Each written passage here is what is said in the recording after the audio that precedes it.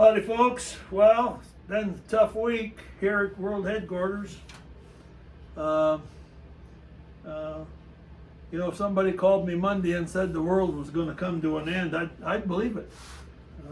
About a week ago, my computer gave out, and man, that's like losing the brains of the operation. So I got it out to Best Buy because I have an arrangement with them to service it. I spent most of the day out there. First time I got it back, I couldn't use it. My files were all mixed up. I took it back. They did some more adjusting. I finally got it back where it was usable, but all my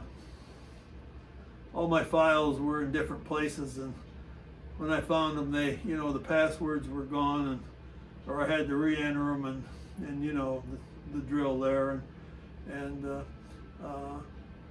it still didn't work. And then all of a sudden, I don't know what happened.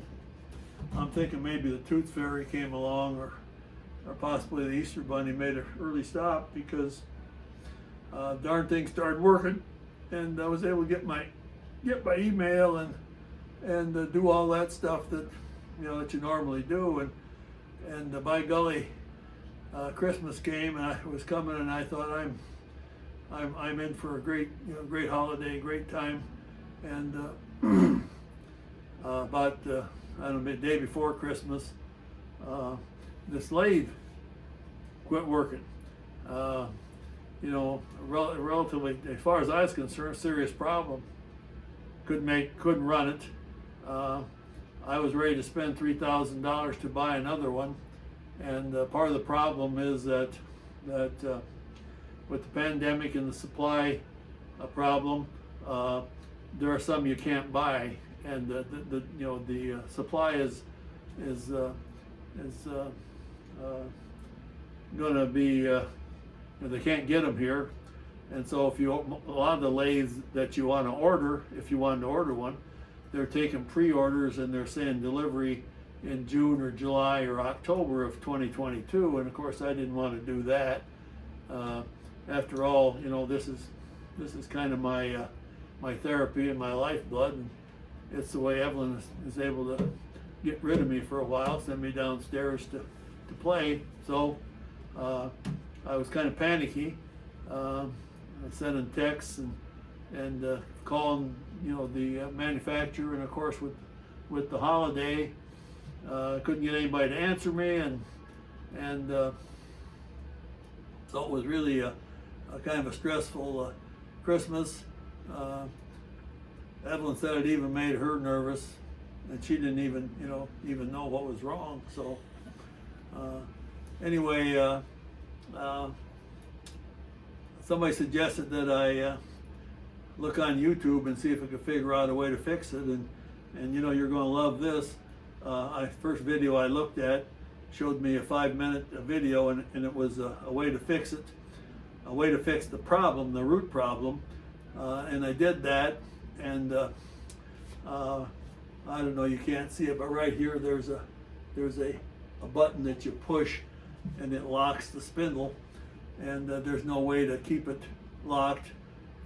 So anyway, I was using another feature to lock it that's not meant to, and that gave up. I thought it sheared some screws off, but it turns out the screws just backed out. Anyway, that fix cost me $12, so I figured that was a big savings on the $3,000. And so I got that. I got that made, but I still had to get the part fixed that had come loose. And I took the thing apart Christmas Day to see far enough to see what the problem was, and could see it was more than I wanted to do. So the Monday after Christmas, I went up and I took a bowl that I'd made as kind of a peace offering, and talked to the service people at Acme Tool, where I bought the thing, and convinced them that they could fix it if I'd bring it up there.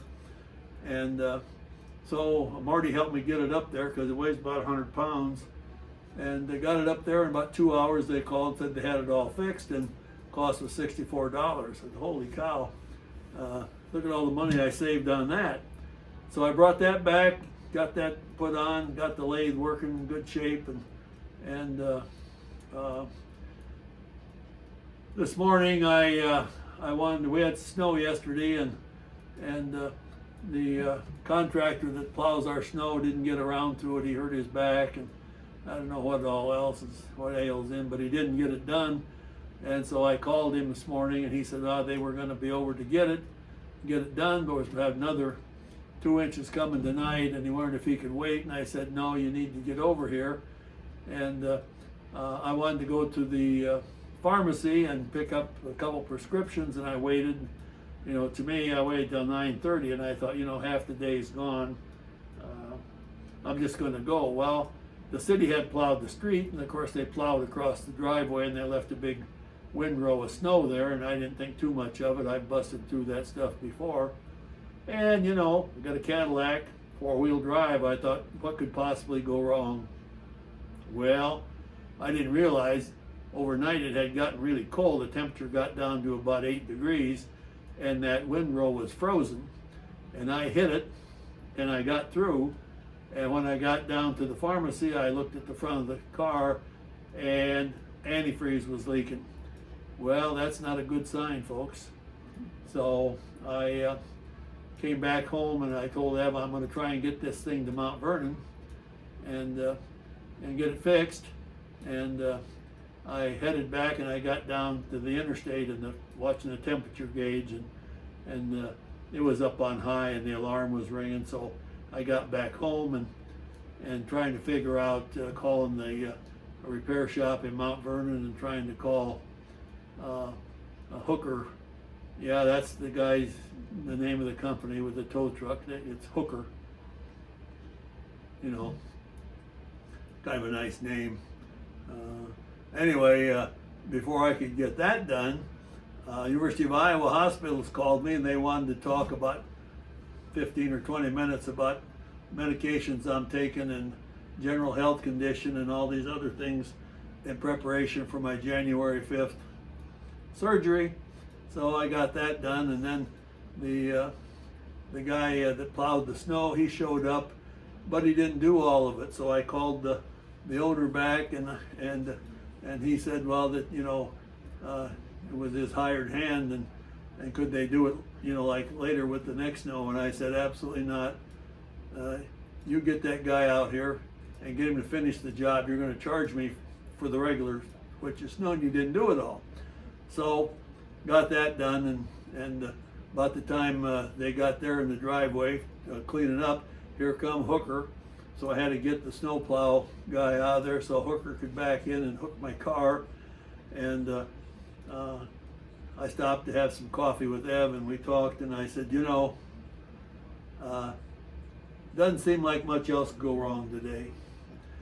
So this is the job that I wanted to do. We're going to tear that lathe down. I don't like it, it's too low. I'm going to put some risers in the legs. And so that's where we're at. We got her jacked up here, and Evelyn's my helper. I kind of loosen stuff up, and she just holds it so it doesn't fall over. And then I come around and I kind of get it together, and then we put it back together. So we're about half done here. We're taking a break. I just thought that I'd get you up to date on life here at the World Headquarters. Not everybody gets this streaming message. Only a few. Now I'm going to try and get up. I may have to get Evelyn to help me. No, by golly, I'm going to make it. So I see we're kind of running out of time here, and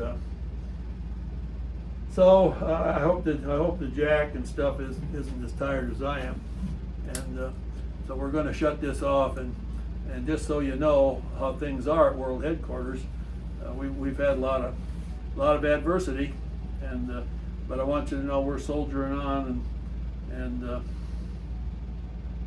I don't know if Ev wants to say. Do you want to say anything, Evelyn? Evelyn's shaking her head. She's,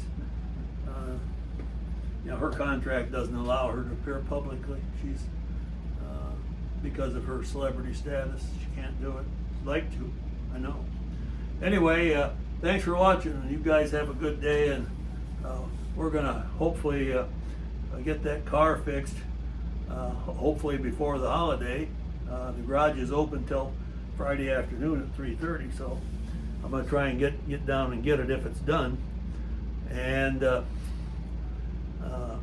we're gonna call it good and hope the world is not coming to an end, because it seems like to me that things are really starting to, a lot of red flags around here, a lot of things that you wonder about. You say, shucks, I don't know that. When is the last time you seen that happen? Well, never have. Well, this could be the end of the life as we know it. Anyway, thanks for watching. Have a good day.